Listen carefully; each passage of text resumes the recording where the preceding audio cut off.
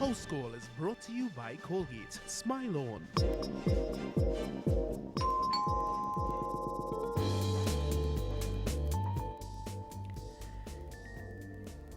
In tonight's House Call, we will share some tips on how to keep cool in extreme heat. On Monday, the Met Office issued a yellow level hot spell alert number 3, advising of above normal daily temperatures until October 16th. Now, how can we cope with such conditions? We have Dr. Keegan Bagan, General Manager, Primary Care at the Northwest Regional Health Authority, joining us via Zoom. Dr. Bagan, good evening and thank you for joining us. Hi, good evening, everyone. Glad to be here. Dr. Bagan, what are some of the health risks associated with extreme heat and who is more susceptible to such weather conditions?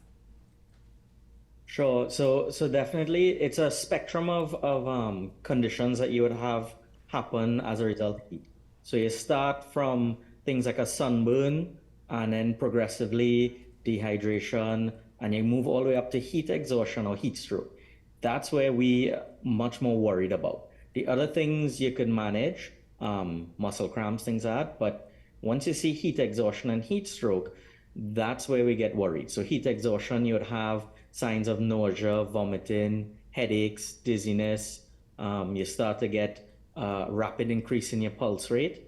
And heat stroke, added to those symptoms, you get disoriented, you're confused, you may even faint. So that's where we more worried about.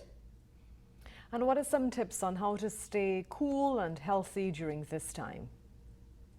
Sure. So it's a tropical country. We're going to have a lot of heat regardless throughout the day. 10 to 4 or around that time is the hottest part of the day. So that's the time you want to see how best you could control the exposure to that heat in terms of temperature and heat in terms of the sun exposure.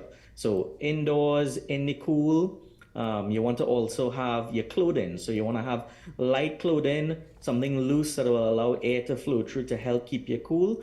You want to stay very hydrated. So if you're drinking a lot of water normally, with hot weathers like this, still increase that water.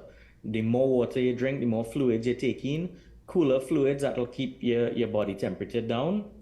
So that as the heat starts to affect you, one, you don't get dehydrated as easily, and two, you're also helping to control your internal temperature. Well, thank you very much, Dr. Bagan, for joining us tonight for our House Call. Sure.